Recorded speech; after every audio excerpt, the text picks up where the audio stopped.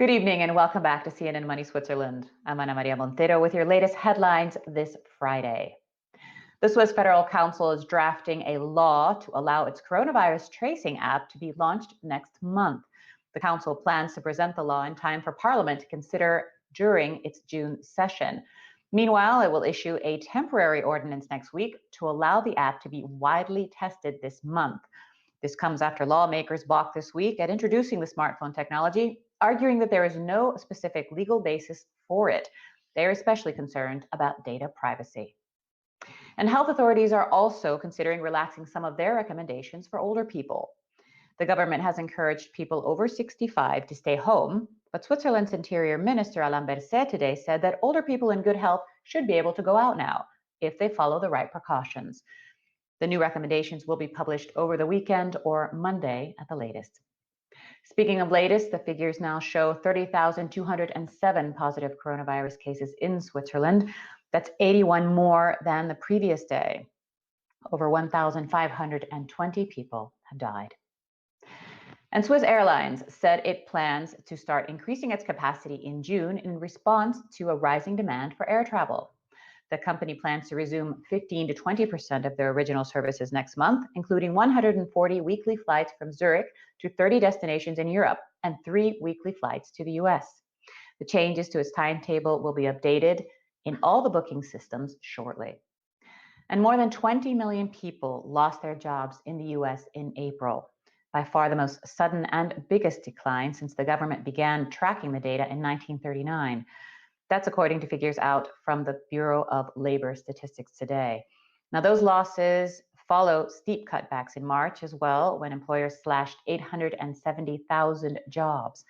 U.S. unemployment rate now stands at 14.7%, up from 4.4% in March, in what has been a devastating month for American workers. And looking ahead to next Monday, May the 11th, restaurants are dusting off tables in preparation for their reopenings after 8 weeks of shutdown. Among them is l'Hôtel de Ville de Crissier, one of Switzerland's top restaurants with 3 Michelin stars. Its renowned chef, Frank Giovannini, says the 2-meter rule is just one of the challenges it faces. I assume you're breathing a sigh of relief now that on the 11th of May, you'll be able to reopen your doors. What do you think of the measures that have been put in place? First of all, the 2 meters, of course, are the most challenging thing that we have to put together. Easier in the dining room is less guests, but in the kitchen, I'm lucky to have a big kitchen, so I will be able to have enough staff at 2 meters away. So that should be okay. Like I said, we will not do as many covers than usually. So the idea, I think we can do 70% of the guests we usually do. So the idea is to put all my staff on 30% still at home, and so I will have less people at the time. And of course, it's a big thing about disinfecting things and all that we have to put together, especially for the guests. We're not allowed to take jackets, for example. So we're still thinking how we're gonna make the guests put away their own jacket or keep it in the car or in the chair. It's a little, I think it can be, I think, more complicated for very small restaurants. But for what we are doing, for the space we have here, and then hopefully the guests will understand that some little thing will not be the same, of course, than we used to do before. For the menu, for example, I cannot give a menu in the hand of the guest, otherwise I have to wash it or put it in the garbage. So the idea will be to put something on the table and we take away and they don't touch. It's a little. I think it's still a details and we have to change. It's not a big thing. Then I really hope we will be able to respect those measures, of course, but especially to offer the same experience to our guests when they come here. But I really thought in the beginning that would be much more complicated. It's easier than I thought. And how are you going to feed your staff? I'm allowed to have 4 people at the same table as a guest, but not for the staff. So I will have to. That's a challenge because I don't know. I will have to put my stuff, I don't know, outside, or hopefully the weather stays nice, and or we have to put the tents on the garden. I don't know. I see they have to figure that out. First of all, I take care of the customers, and then we'll see how we feed staff meal. Are you going to offer any discounts on your meals for the guests? It's not the idea really, because the menu will still be the same, the quality will be the same, the producers will still be the same on the same price. So the idea, no, it's not really to give a discount of the guest of the menu. And if we broaden out quickly and look at the industry as a whole, how long do you think it will take before it recovers, at least partially? I think it will take a long, long time until everything comes back normally. For us, we are one thing. I'm hoping. Well, I know already that we don't have a lot of. Most of our guests are kind of local people, so we don't depend too much to tourists. Or I think that's a good thing for us because we, of course, will know that this year or this summer there will not be tourists coming from all over the world. I think for that it's going to be complicated for hotels. I have a friend in hotel that is very afraid, and until next spring nothing will happen because nobody will travel. So I'm not very optimistic about, especially the next year would be very complicated, and hopefully we'll come back sooner. But and I think it's the first we never experienced that before. Never, and the whole world is impacted for something like this. And what about your supply chains? Have you experienced any challenges there? Yeah, that would be a challenge, especially, well, everything was coming from Switzerland. That will not be a problem. Seafood can be a little complicated in the beginning. I think in the first week or two, because produce are there, because people are working in France and everywhere. But the logistic to bring it here, and especially my providers in Switzerland, well, until now they didn't order anything because everyone was closed. But they don't know how it will start, and then some restaurant doesn't start, and then so it will be a little bit of challenge on the first week or two, I think. But that should be okay because most of our produce doesn't come from very far away. So everything in Switzerland, we should be okay. And are you already getting calls for reservations for next week? Yes. Oh, yes. For a long time already. We have a lot of regulars, a lot of friends of the restaurant come many times a year. So they are unbelievable because they were waiting for us to reopen. And since a week ago, then we knew that we will be able to open on the next week. Well, the phone start ringing again, and a lot of messages to people to make sure they find a table for this month. So yeah. I'm not very afraid for the beginning because I know people are happy and will be are waiting to come back. I'm maybe a little bit more on the long term, see how we work this summer and this fall. If people have kind of if the economic part doesn't restart right away. But for next week, I'm not worried. Next week, everyone wants to come on the first week, so it should be okay. Meanwhile, we caught up with other restaurants around Switzerland to see how they're preparing for the big day. After nearly 2 months of empty dining rooms, restaurants around Switzerland are getting ready to reopen their doors. But the new way of dining will look far different than before. Tables need to be at least 2 meters apart, and groups are limited to 4 people, with exceptions for families. These are just some of the safety measures announced by the Swiss federal government. Pindella, with about 40 of its 44 restaurants set to reopen, has found a way to avoid to apply the 2-meter rule, which increases their seating capacity. If we would have just gone on 2 meters, it would have been around 25 to 30% of the capacity, and obviously this would be a big disaster. So we decided to place these dividers that give us a capacity of about 2/3. For some restaurant owners whose income over the past several weeks has come exclusively from takeaway dining, the rules imposed during the lockdown seem arbitrary. So for us, it was hard to understand. You were able, as like an 80-year-old man or female woman, to go into a little shop like the Migros here around the corner, but we were not allowed to have a few tables with a lot of distance in between on our terrace to have some income. For me, it should have gone a bit faster with reopening. The houseware stores like Obi or hardware stores, they were completely packed, and they sold a lot of stuff like for the terrace at home, but the local small businesses were not allowed. They're still not allowed until the 11th.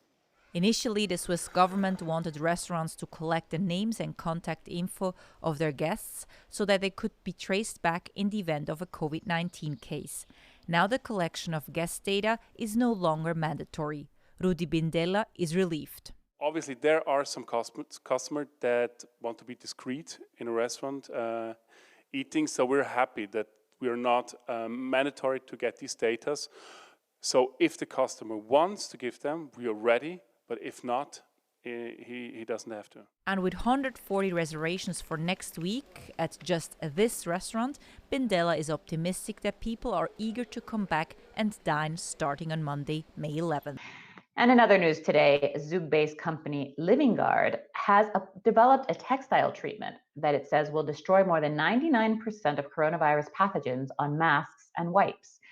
They aim to distribute 50 million to 100 million treated masks in 2020. Let's take a listen.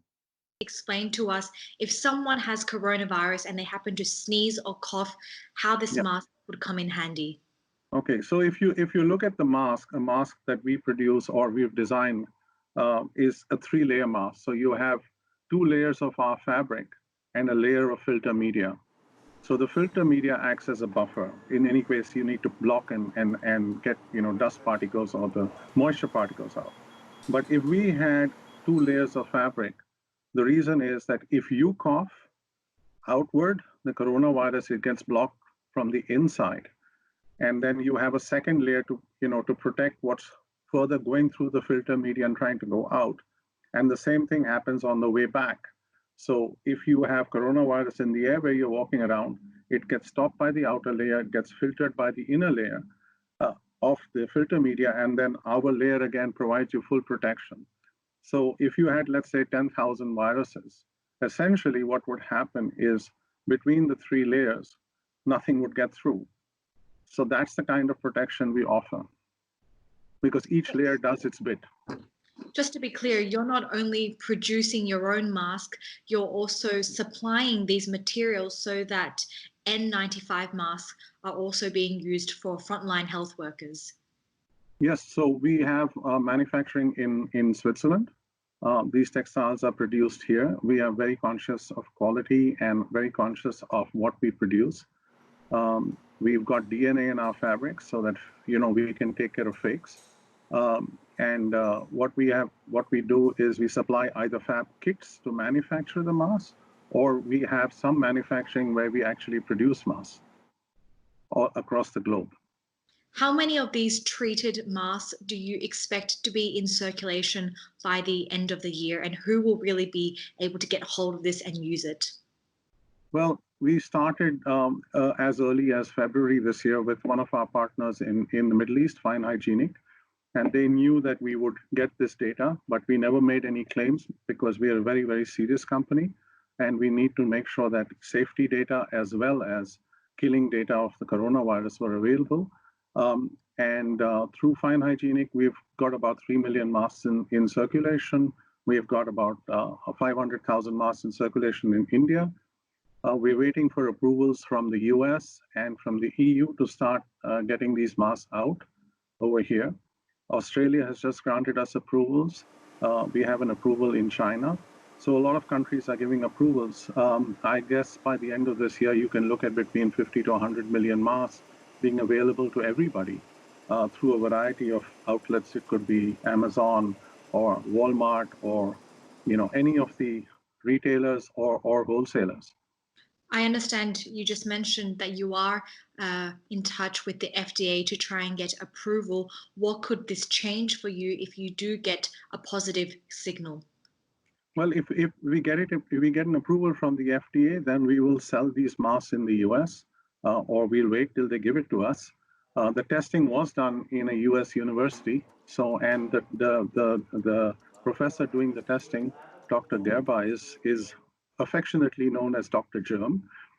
He is a world famous microbiologist and virologist, and he confirms this data. Additional testing is going on. We expect the performance to be announced in additional testing. We've just started, but we think the data is more than enough to provide a very, very high level of protection to the users. So we're going to keep on testing. I think all the testing will be in June, will be over by June.